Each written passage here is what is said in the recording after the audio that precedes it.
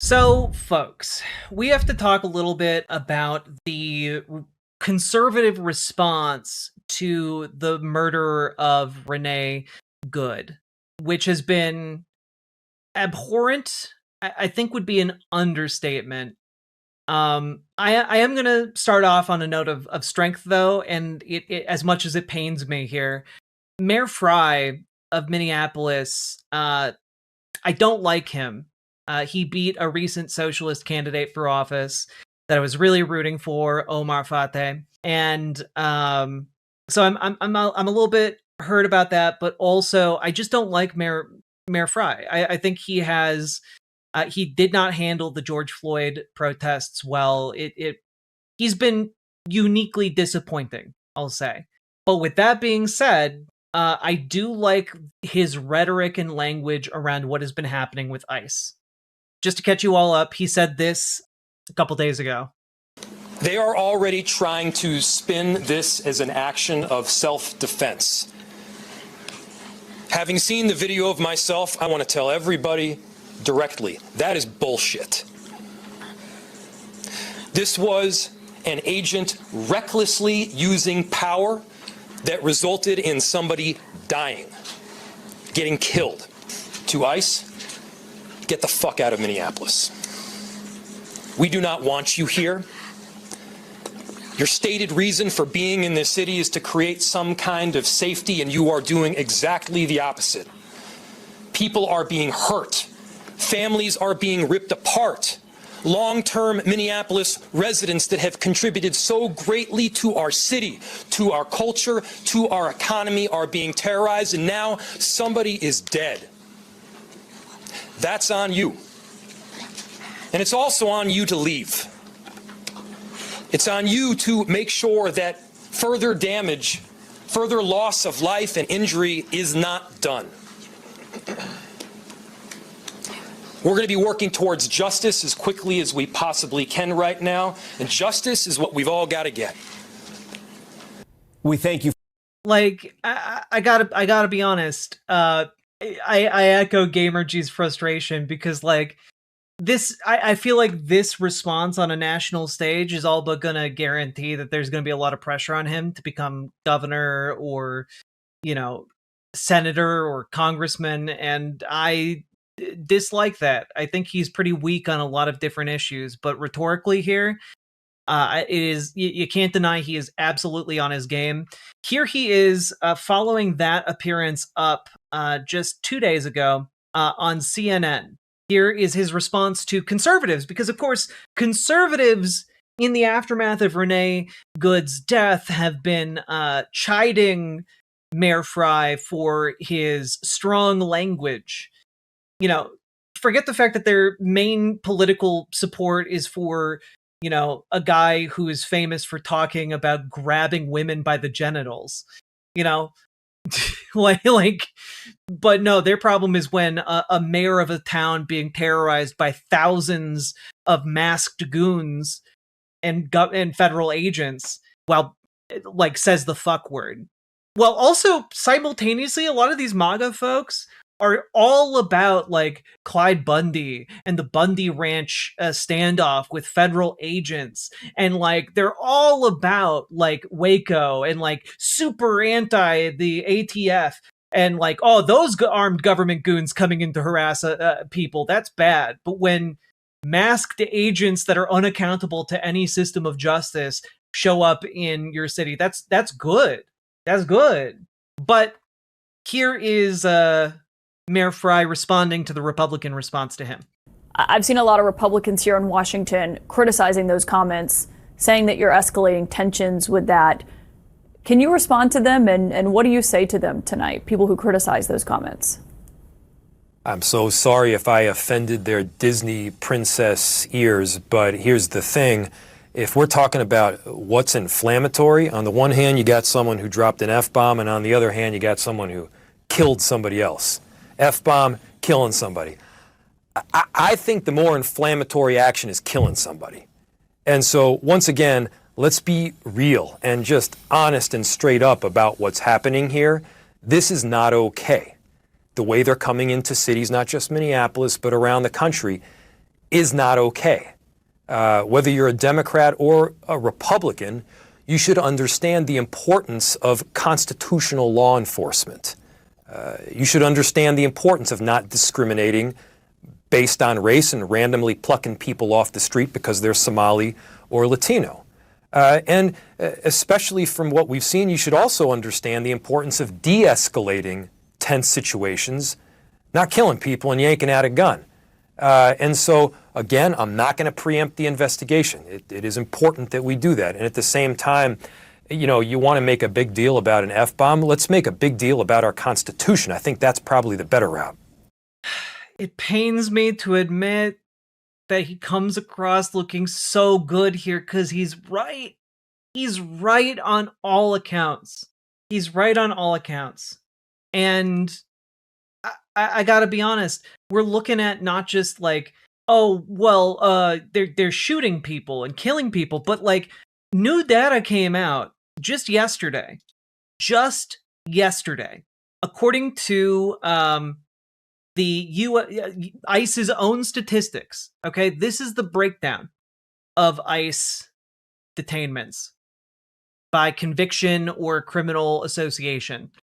Here it is by year, and you can see from last year to this year, from very low numbers, suddenly no criminal record whatsoever or criminal association whatsoever or pending criminal charges. It's just no criminal record whatsoever has become, by and large, the most and largest portion of who is in ICE detention.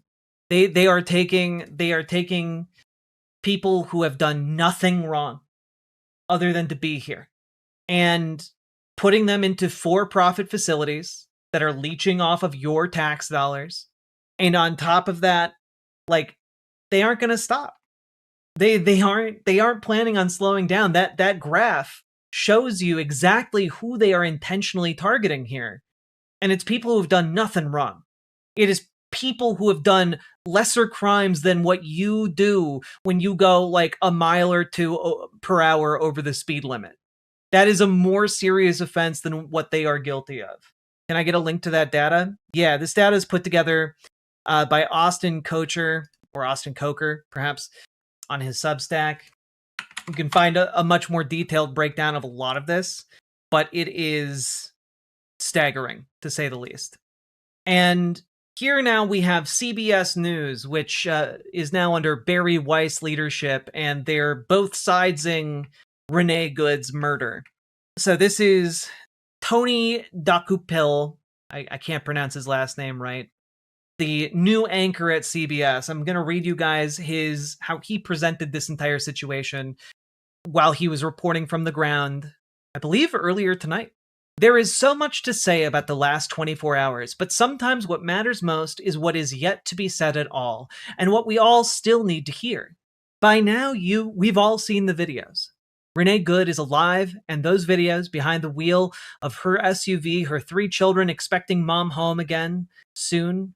And we've seen the freeze frames too. We've heard the political warfare, the clashing declarations about what happened, and unfortunately, we know the ending for Renee Good.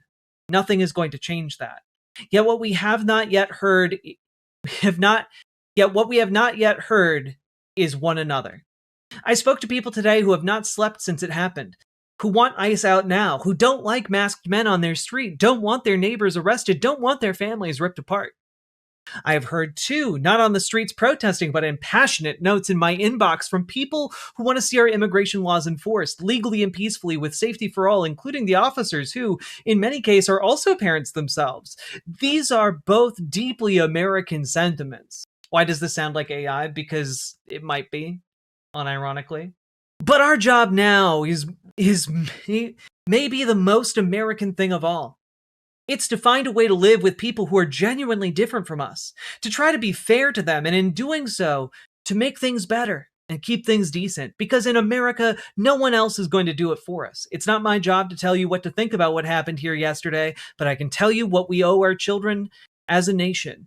That is better than a nation that is better than the one we live in today. And I can say that because we all know it's true.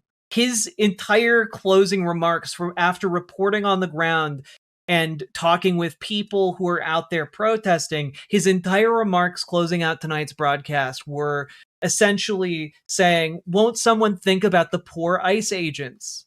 Won't someone think about the poor masked men who are abducting people out of your neighborhoods? Why can't you coexist with the secret police that are attacking you and killing you? And I feel like it's not difficult to figure out why coexistence with people who are actively killing you and actively trying to abduct you and disappear you into an unaccountable extrajudicial system. I shouldn't have to point out here why that is not, in fact, at all conscionable. It's not a difficult topic. It's not a difficult question. And the fact that the new CBS is trying to both sides this, it's a joke. It's a joke on the American people. It's a joke on any person who has ever put any trust into CBS. Like, it's just unconscionable. And additionally, I want to call out here the Fraternal Order of Police here in Minnesota, which is maybe one of the most heinous groups in the country at the moment. Here you have their statement on what happened with Renee Good. The Fraternal Order of Police stands with ICE. Minnesota Fraternal Order of Police condemns rhetoric. The Minnesota Fraternal Order of Police stands with the men and women of law enforcement across the country. Over the past month, while federal law enforcement has been doing their job in Minnesota, political and community leaders have condemned and vilified them. The hateful and anti-law enforcement rhetoric by Mayor Fry and other politicians have made their jobs and those of local and state law enforcement more difficult and dangerous. The job of law enforcement is difficult and dangerous enough without the agitation by leaders in our state and communities. When citizens are accused of a crime, they're given the presumption of innocence as afforded by due process. When there's an incident involving law enforcement, politicians and activists immediately condemn those involved and are scrambling for sound bites. They do not afford them the same due process, but rather convict them in public court of opinion while an investigation is barely beginning. The Minnesota Fraternal Order of Police condemns these attacks on law enforcement and calls on politicians and leaders to stop the anti-law enforcement rhetoric and to ask for calm while the facts come out. By the way, the Fraternal Order of Police in Minnesota still, I believe, still to this day, stand by Derek Chauvin, the man who murdered George Floyd by kneeling on his neck for like 15 minutes. That's the people who are in the corner of Jonathan Ross, Renee Good's killer. And this is why, by the way, many people in the local area do not trust the police anymore. It's because they are routinely saying, well, we're going to side with the people who want to kill you guys. And not only that, the government, the federal government, has amped up pressure on Minnesota in particular.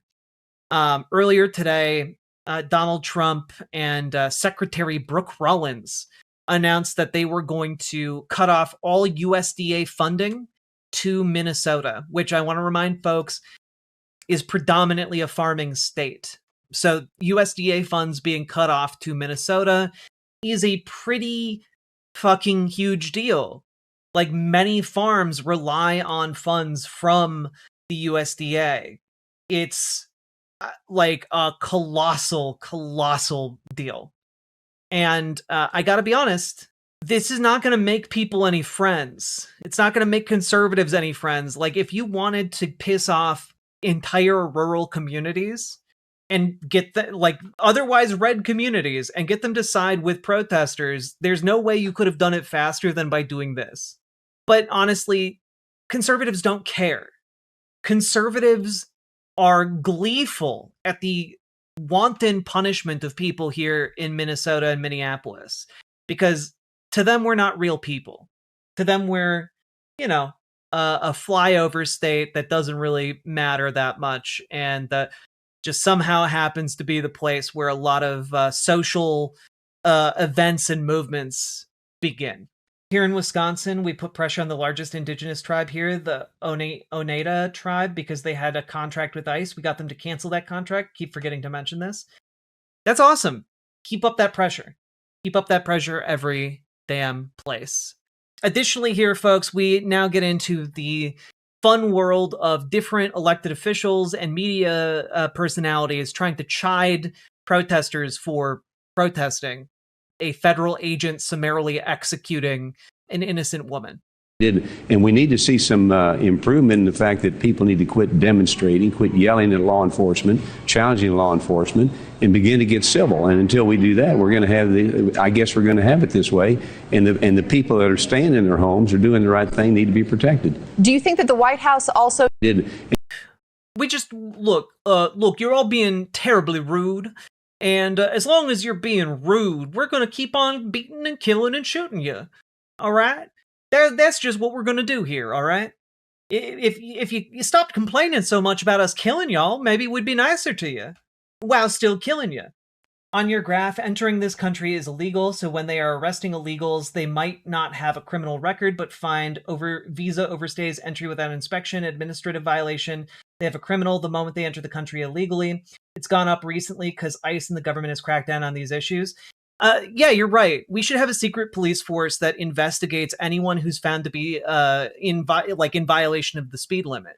Anyone who drives faster than the stated speed limit should be disappeared into an unaccountable extrajudicial system where they can be tortured, raped, put into forced labor camps for profit, and then sent back to wherever they came from. You're right. That totally makes sense. You're right. That is exactly how that should be used. Yeah, how silly me. You understand how stupid that sounds, right? You understand how utterly comically villainous that sounds, right? There's a much simpler way to deal with this, and that is to offer people a pathway to citizenship and ways that they can declare their presence here in the United States or pay a fine, for example, without, sending a goddamn secret police force to abduct my neighbors and kill my neighbors. Shut the fuck up. Shut the fuck up. You don't know what the hell you're talking about, and get the fuck out of here. You piece of shit. You un-American piece of shit. You're a traitor to everything that this country holds dear, and a traitor to any kind of law and order in this country. I'm not entertaining this shit today. I'm in the Marines. That's worse. You understand, right? Well, I'm in the Marines. You shouldn't be in the goddamn Marines. You're a disgrace to the uniform and this country. Get the fuck out. Any Marine worth their salt would beat your ass. Well, there is a pathway to citizenship. Not to every undocumented person, dipshit. God. Anyway, here's what conservatives are advocating for right now. You have an army. She's holding up with paperwork. That's great. Burn the papers. Go in. Be president. Save the country. You're the guy who tweeted out, "He who saves his country violates no law." Let's see it. Do it. We've got a country to save. No more playing games. No, arrest Tim Walz, bring him to D.C., try him, and hang him. Honor Christ. Save the country. This is what we got to do. This is where conservatives are, by the way. It's not like even a simple we have to know who's coming into the country anymore. It is no. You don't understand. We have to summarily execute our political enemies. Now, you might be wondering, who is that? Well, that is a Christian nationalist pastor named Joel Webbon. For those of you who don't know, he is one of the people who is the founder of Right Response Ministries. Let's just take a quick look here. Right Response Ministries exists to cultivate right love for God in people's hearts by providing right knowledge of God for people's minds. The evangelical church today is plagued by theological famine. Christians are completely ignorant of some of the most foundational biblical doctrines. People's hearts have effectively been divorced from their minds. But the heart cannot love what the mind does not know. In addition to the problem of theological ignorance, much of the evangelical church has been completely hamstrung by impotent pietism. Instead of recognizing Christ as having all authority in heaven and on earth. Yes, he is a Christian nationalist fascist who would be right at home in Nazi Germany. He'd be happy as a pig in mud. Many Christians live their lives as though King Jesus is merely reigning in the 17th dimension in some ethereal realm.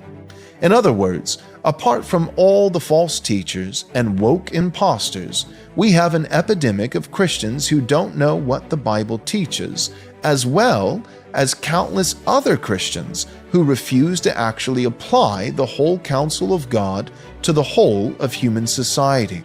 Sure, some biblically conservative Christians are still willing to apply the Bible in the home and in the church, but many of these Christians stop short of applying the Bible anywhere else. They pretend as though the areas of politics, medicine, arts, and economics are somehow neutral areas, void of any moral implications. So in light of all this, Right Response Ministries is devoted to one thing above all else: the sufficiency of Scripture. Scripture is not merely sufficient for illuminating the path to salvation. It is not merely sufficient for being a godly husband and father, being a godly wife. Okay, this is going way too long. And also, I feel like it should be pretty obvious that he's full of shit. Like, I grew up in, like, fundamentalist Christianity. You know, my dad did not believe in evolution, for example. I just really want to hammer home here that even at the peak of my Christian belief, I would have found this guy to be so utterly full of shit and so utterly abhorrent and hateful.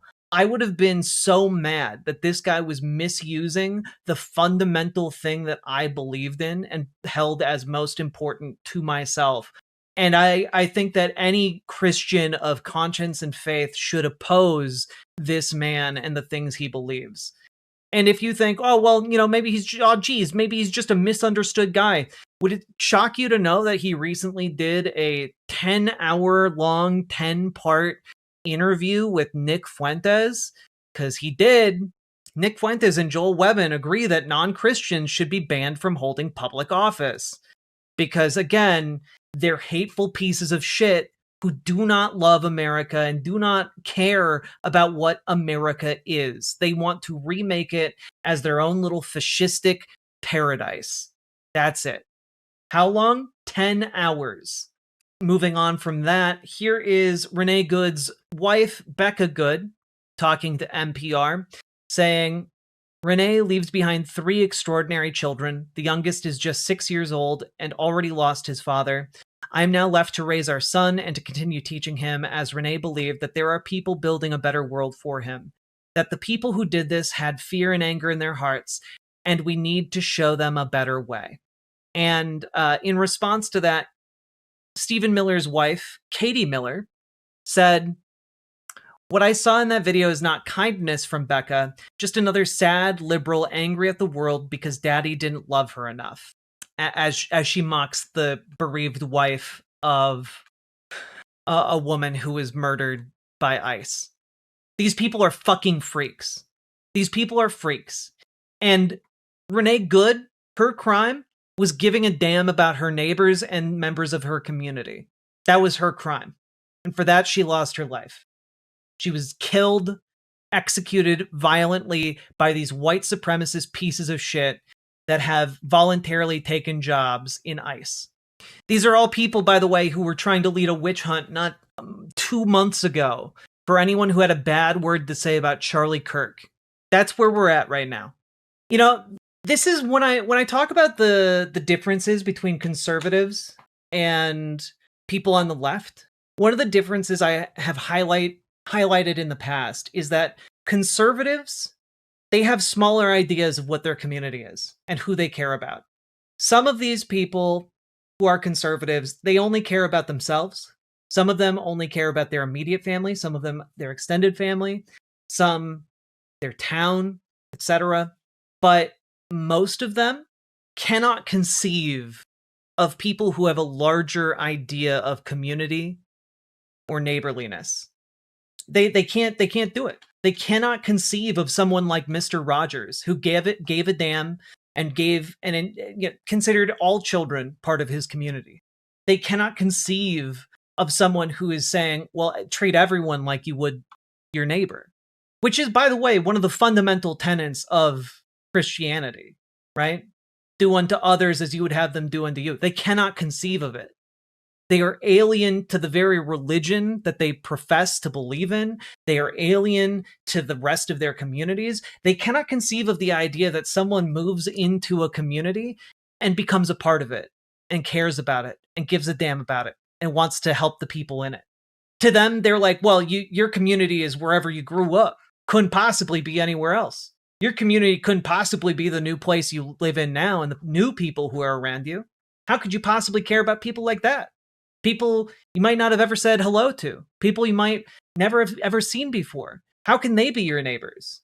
Because some people actually care about people in their community, and some people's idea of community goes beyond those that they routinely say hello to and trade, small talk with. It is not that difficult to conceive of, but for a lot of conservatives, their worlds are deliberately small and weak, and they cannot think beyond the walls that they have put themselves behind. And that is what can lead to this culture of fear, this culture of desperation, this culture of might makes right that conservatives embrace wholeheartedly. It's because they're afraid. It's because they're not curious about other people, because they're afraid. They're afraid of what they might learn about themselves. They're afraid that they might care about people outside of their predetermined communities. They are afraid. And I'm going to label that fear what it is. It's weakness. It is weak to be afraid of people who look different than you. It is weak to be afraid of people who speak differently than you. It is weak to be afraid of learning new things. If your idea of the world cannot survive learning new things, then your idea of the world is wrong and should die. And the conservative idea of the world is wrong, and that idea has no business in any kind of loving and supportive community. Don't feed the trolls, they don't care for themselves. I'm saying this now not for the trolls, I'm saying this for you guys, I'm saying this for anyone who's watching who might be on the fence. I'm never saying it to convince the dipshits who come here to be remorseless ghouls. They've already committed themselves to their worldview. I'm saying this to you guys who have hearts, who give a damn, who care about people, who have the courage to show up every day and give a damn. But I'm sorry you lost your brother to this hate. It's really painful to watch someone slip away. We're all in this together, folks. And now we get to JD Vance, who, we watched this footage earlier. I'm going to play it again. JD Vance posted this. So JD Vance posted, "Watch this, as hard as it is. Many of you have been told this law enforcement officer wasn't hit by a car, wasn't being harassed, and murdered an innocent woman. The reality is his life was endangered and he fired in self-defense." And then he shared the footage we're seeing here. And again, warning, we are about to watch a woman being murdered by ICE, shot in the face. The footage that he has shared is on the right. It has been linked to another angle of the footage on the left, so you can see what happened. Here you go. So he gets out of the car.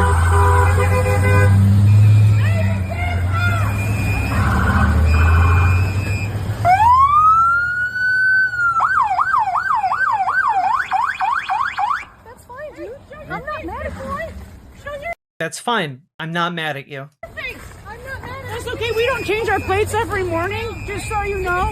It'll be the same plate when you come talk to us later. That's fine. U.S. citizen, former fucking country. You want to come at us? You want to come at us? I say go get yourself some lunch, big boy. Go ahead. Out of the car. Get out of the fucking car. Get out of the car. So you can see here, and I've slowed it down in the past, but the car begins moving forward. You see the wheels continue to turn to avoid hitting the guy who's standing directly in front of the car, who is already pulling his gun. And then you can see, he flips his phone up and then fires already clear of the car. You can see where his feet are when he fires. He is clear of the goddamn car. You can see both of his feet clear of the car. But they're trying to present an angle that doesn't show where he is in relation to the car in order to try and claim, oh, see, he was firing in self-defense, when that is not what that video shows whatsoever, especially when paired one-to-one exactly with the incident itself. And again, you can hear him say, fucking bitch, afterwards. But here's JD Vance writing a goddamn essay about how Renee Good, mother of 3, deserved what she got. This is preposterous. First of all, she's not waving the officers through, one, you can see a car pass her, so that's just not true. Cars are going around her in the longer videos we've seen. But okay. Has no right to do so, even if she were. She is waving another car through before the officers approach her car. The other car, by the way, was another ICE car. Second, the officers are not randomly searching her. They are approaching her vehicle because she's violating the law. Namely, she is obstructing a lawful enforcement operation. Just want to say, that's not their job. Their job is to apprehend undocumented immigrants. Just as an FYI, local law enforcement can come and arrest her if that's the case. Namely, you're not allowed to walk up to or drive up to people who are enforcing the law to make it harder for them to do their jobs. Third, this defense attorney is drawing a meaningless distinction between an ICE officer and a real police officer. Again, you're not allowed to interrupt a lawful enforcement operation, which is exactly what this woman was doing. Hey, question, what operation was happening there? Who were they trying to apprehend? What enforcement operation was happening there, other than, I guess, if is JD Vance trying to say if there is an active ICE operation in Minneapolis for the duration of that ICE operation, 24/7, if you happen to accidentally get in the way of an ICE officer, are you guilty of obstructing? If they're I don't know, if they're driving to pick up Twinkies at a gas station and you cut them off in traffic, are they allowed to kill you because you've obstructed their legal operation? Nah, it's all bullshit. It's all horse shit. Fourth, the officer didn't discharge his weapon to prevent her from fleeing. When he discharged his weapon, she had pointed the vehicle at him and pressed the gas. That is not the case at all. You can watch the video. You can look at the breakdowns from the New York Times and Bellingcat, and even just the plain old video I just played for you guys. Bullshit. He discharged his weapon in self-defense, which I'm also just going to interrogate that idea a little bit. Hey, chat, what happens to someone's feet when they get shot and they're behind the wheel of a car? Just what, for you guys, they go down. Yeah, that's right. Their feet go down on the pedals. So if you are standing in front of a car and it's pointed directly at you, and you are inches away from it, and you shoot the driver of that car, the person in the driver's seat slumps down on the gas pedal. So if it was self-defense, how would that have saved his life? Just out of curiosity, if he was actually in front of the car and it was actually about to run him over, shooting her would have certainly killed him. Yeah, a corpse can't so much drive as it can drop its foot like an anchor. Exactly. So the entire argument here that he had to shoot her in self-defense, that would have signed his own death warrant if he had been in front of the car, which he wasn't. And we saw which way the car drove after she was dead because the car tires were pointed away from him. Every aspect of this, if you just think about it for a fraction of a second, it invalidates their entire theory here. The gaslighting is off the charts and I'm having none of it. This guy was doing his job. She tried to stop him from doing his job. When he approached her car, she tried to hit him. A tragedy? Absolutely. But a tragedy that falls on this woman and all of the radicals who teach people that immigration is the one type of law that rioters are allowed to interfere with. DHS handbook literally says to never fire on a driver. Oh, isn't that interesting? This is the post he is responding to. I'm a former defense attorney and currently a civil liberties attorney with no political dog in this fight. I watched the video at least 10 times from different angles and at different speeds and waited to offer an opinion, which I still reserve the right to change if additional information changes the calculus. It is very clear that the officers instigated the confrontation. The woman initially tried to wave them past her. ICE officers have no authority to search a U.S. citizen or arrest her unless there's probable cause to believe she's harboring undocumented individuals. Not a contention here. A woman surrounded by masked armed men who have no law enforcement authority over her has every right to try to escape. Video shows her steering wheel is turned to the right, clearly an attempt to leave without hitting anyone and steer clear of the officer standing towards the front of her car. That officer had time to step to the side, which is where he was when he shot her. Even a real police officer would not have the right to shoot at her for trying to flee. This is well established in the case law. Deadly force may not be used simply to prevent someone from getting away. Given that ICE officers had no law enforcement authority to begin with, and the video footage shows she was trying to escape a perceived threat, not to kill anyone, the crime is all the more inexcusable, which is, I agree with 100% of what is said here. 100% of what is said here. And Felix Forrester, I agree with you. Our city is remarkably restrained in its response here. It is frankly a miracle that ICE, no escalation of violence has been targeted towards ICE, despite the fact that they continue to brutalize protesters on a daily basis. So JD Vance's response here is that ICE officers have a right to kill the driver of a vehicle that is threatening their lives perceptibly, right?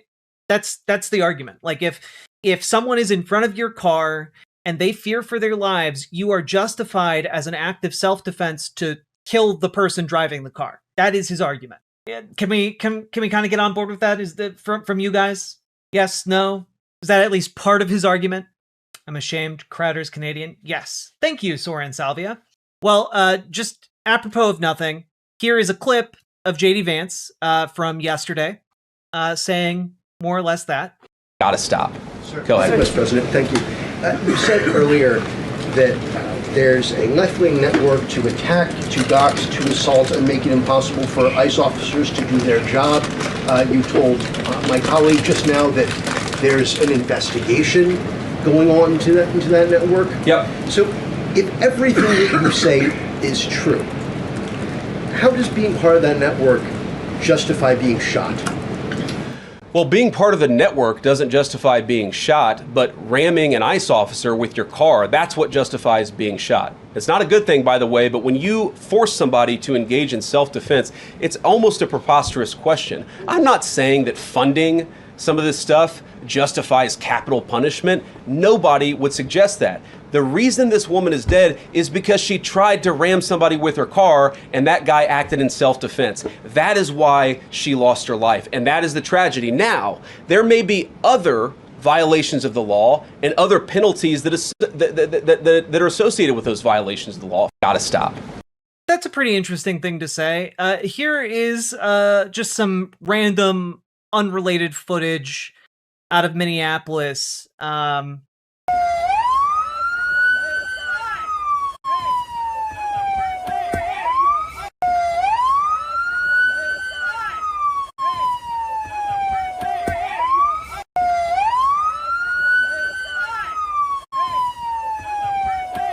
So, are these people entitled to self-defense here with the JD Vance's argument?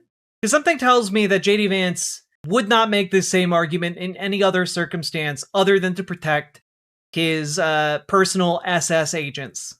Yeah, obviously, the key difference here is that JD Vance thinks that ICE agents are above the law and are able to effectively do whatever the hell they want with no consequence. Now, similarly, I guess every Republican in the House agrees with this, because earlier yesterday, Republicans voted down an attempt to open an investigation into the Minneapolis ICE shooting of Renee Good. This was just absolutely heinous. They are 100% okay with what is happening here, because fundamentally ICE is fulfilling the Republican wet dream. The Republican wet dream of doing a fucking ethnic cleansing of any black and brown people that they think, for whatever reason, don't belong here. They are seeing ICE target queer people. They're seeing ICE target visibly non-white people. And for them, that is totally and completely fine. Part of the argument from folks that folks were making, and that I find pretty compelling, around the release of this footage, which was originally released to a news website called Alpha News, the footage of the filmed by the ICE agent, is that they wanted to show not that the ICE agent was innocent, but that this is the kind of person that, Republicans should be targeting. It is, perhaps the first or, primary, secondary steps of creating a permission structure to do violence to people who are like Renee Good. this is only going to get worse and worse in the coming days. So folks in Minneapolis especially, keep safe. They're going to be crawling over us like cockroaches. Here is Alexandria Ocasio-Cortez responding to JD Vance, and I think it's a good response. I think this is a necessary response. We're almost through some of the worst of it, but the worst of it is yet to come, I do have to tell you guys. I understand that Vice President Vance believes that shooting a young mother of 3 in the face 3 times is an acceptable America that he wants to live in, and I do not. And that is a fundamental difference between Vice President Vance and I. I do not believe that the American people should be assassinated in the street. Thank you. I understand that Vice President... Yeah, I mean, like, the question is, hey, are you willing to stand up for your right to not be assassinated by federal agents in the street? And, I'm willing to do that. Are you guys? But conservatives, they're not. Because conservatives think it will never happen to them. It could never be, despite the fact that for like the last 40 years, there have been prominent conspiracy theories every time a Democrat is in power that like Obama's going to do death panels. Oh, they're going to make us live in hobbit homes. Oh, the U.S. military is going to come and seize our property. They're coming for our guns. Despite the fact that this is literally the incarnation of everything that Republicans have used to justify their hatred of Democrats, all of the conspiracy theories, all of the lies, they don't give a damn because they're just happy to see misery and suffering inflicted on people that they hate. That's it. That's it. Now, I do want to say one thing that I find particularly hopeful around the response to JD Vance here is that it kind of seems like religious authorities are turning against JD Vance. And I say that because the National Catholic Reporter ran an op-ed specifically condemning JD Vance's takes on the basis of his Catholicism. That justifying Renee Good's murder is fundamentally anti-Catholic. Today, JD Vance has taken to social media to justify the shooting and blame Good for her own death. Though the full circumstances of the situation are still coming to light, widely available video evidence shows the horrific moments before, during, and after the shots were fired into Good's car. Videos of the shooting and the ensuing aftermath are graphic and disturbing. After Good was shot, her car accelerates, slamming into another car and a pole. In one video, a person can be heard identifying themselves as a physician and offering to help, only to be angrily denied by an unidentified ICE agent saying, "I don't care." The Trump administration was quick to demonize Good within hours of the event, and before a formal investigation could even be launched, Homeland Security Director Kristi Noem labeled Good's action as an act of domestic terrorism.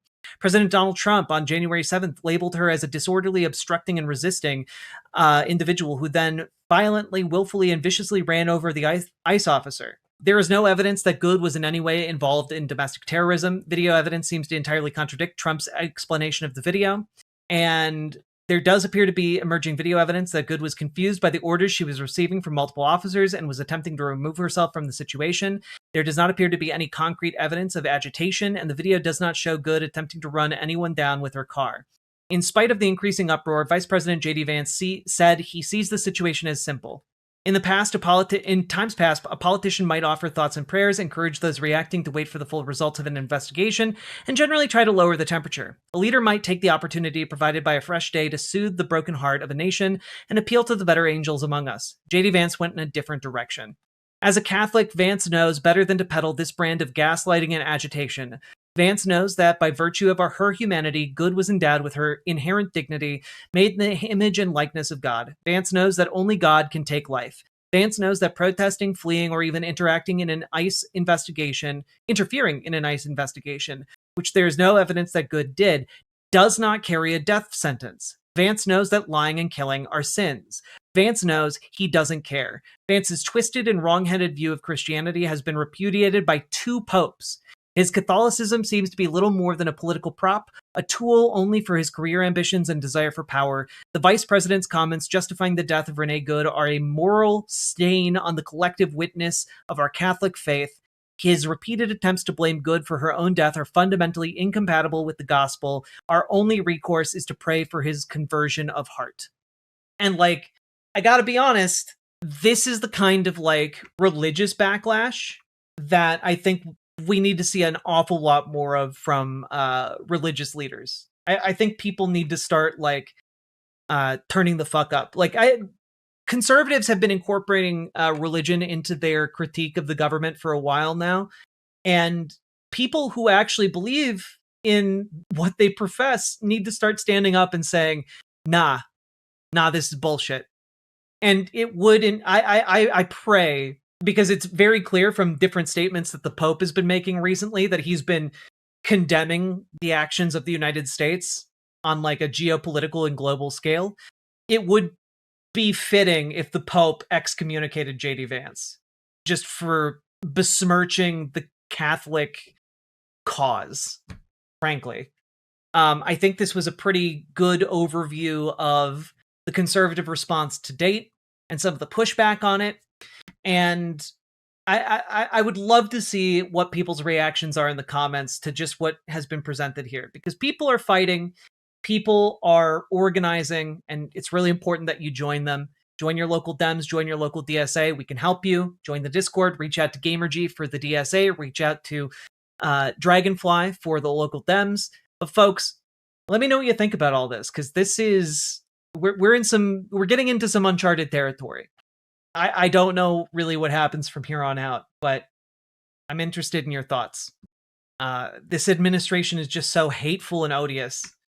And folks, I hope it brings us all together and we can ultimately see a day where we triumph over these just hateful individuals who are all too happy to triumph and crow over the murder of an innocent woman who was just trying to get home at the end of the day to her 3 kids and her wife and her dog.